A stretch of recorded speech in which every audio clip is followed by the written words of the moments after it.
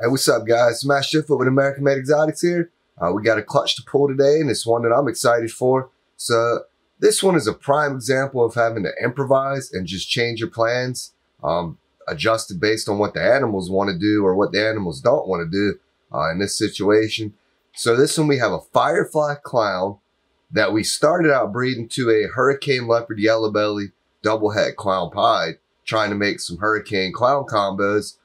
And they got the first lot, no problem. Everything went like normal, and then would not breed again ever. We tried for a couple months and just would not get a lock. So I tried a stranger Enchi het clown male, which I kind of was using like a backup male. He didn't really have any females this year other than just picking up the slack for his 3 sons, which were stranger clown combos. So he locked immediately, and the girl started building follicles. So I kind of figured, since I was just switching it up and going stranger anyway, why leave it the stranger Enchi het clown? So I went ahead and put a stranger clown visual male in there. And so 3 different males total. We have, like I said, the Hurricane Leopard Yellow Belly double het male, stranger Enchi het clown male, and then we finished up with a lesser stranger clown. So hopefully it's a big clutch. You never know. It might be multi-sired. We might see a little bit of variety in here. But either way, hopefully good eggs and good healthy babies. All right, so it looks like a decent sized clutch here. Let's go ahead and get a photo for the records.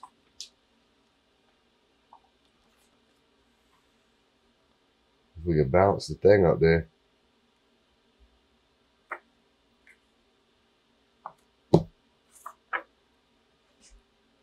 There we go. Better picture anyway with her head up.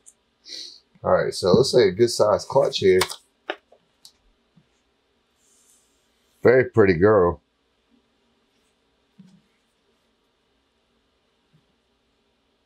She is holding on to him.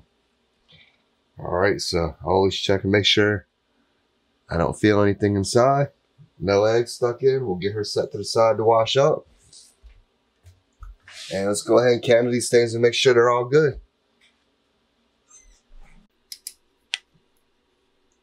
All right, that's good. That's good. That one's good. That's good. That's good. And yep, that one's good. It's just all on this side. All right, cool. All of them are good. All right, so 7 more eggs.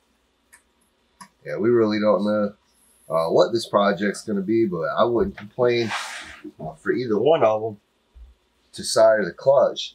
But it's just one of those things that as a breeder, you really have to learn to adapt and change your plans, because just because we make plans doesn't mean the animals are going to always cooperate. And there's plenty of times in the past where I got really fixated on, I want this pair, especially if they did the first lot.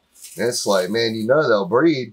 So you just get hung up on keep trying and keep trying and keep trying, and then end up getting nothing, or maybe a clutch of a couple good eggs and a couple of slugs, because you took an animal that, you know, you might have paired it for months, but you knew it wasn't breeding, and you just hang on to that idea.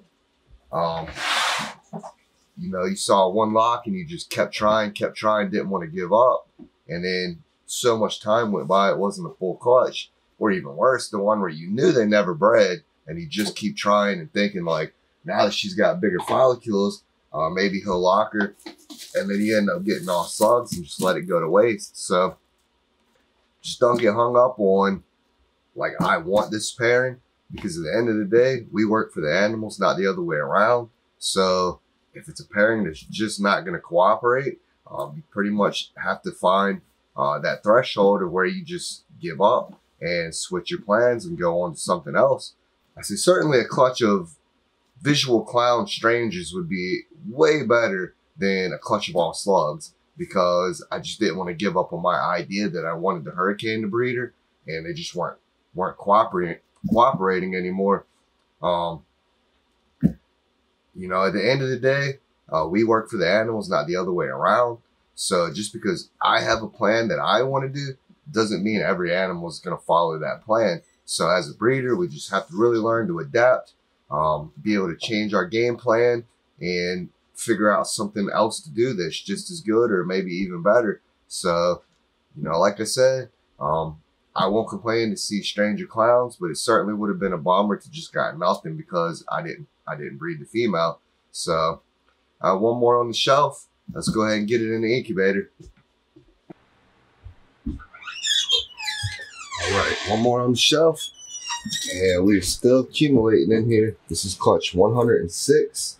That puts us at 797 eggs. So one more clutch. We'll be breaking into the 800s. Very slow, stretched out year this year. But honestly, it's going to be a little less pressure on us as these things start coming out the incubator. A little more slow and spread out. Gives us time to get meals and stuff and get some stuff sold as other stuff is hatching. Versus last year where we had our whole season in that very short, like 60-day span. And I remember a point we had, you know, 600 some babies that nothing was even for sale because none of them even had 5 meals in them yet. And it is definitely a lot more pressure having it all come in here at once and all come out at once. So I'm not sure what changed weather-wise this year or something we did to get our season to be this stretched out. But no complaints here. Again, slow and steady is better than not at all. So we'll be back soon with an update. Looks like we got a couple things about to start pipping. Appreciate y'all watching. Till the next one.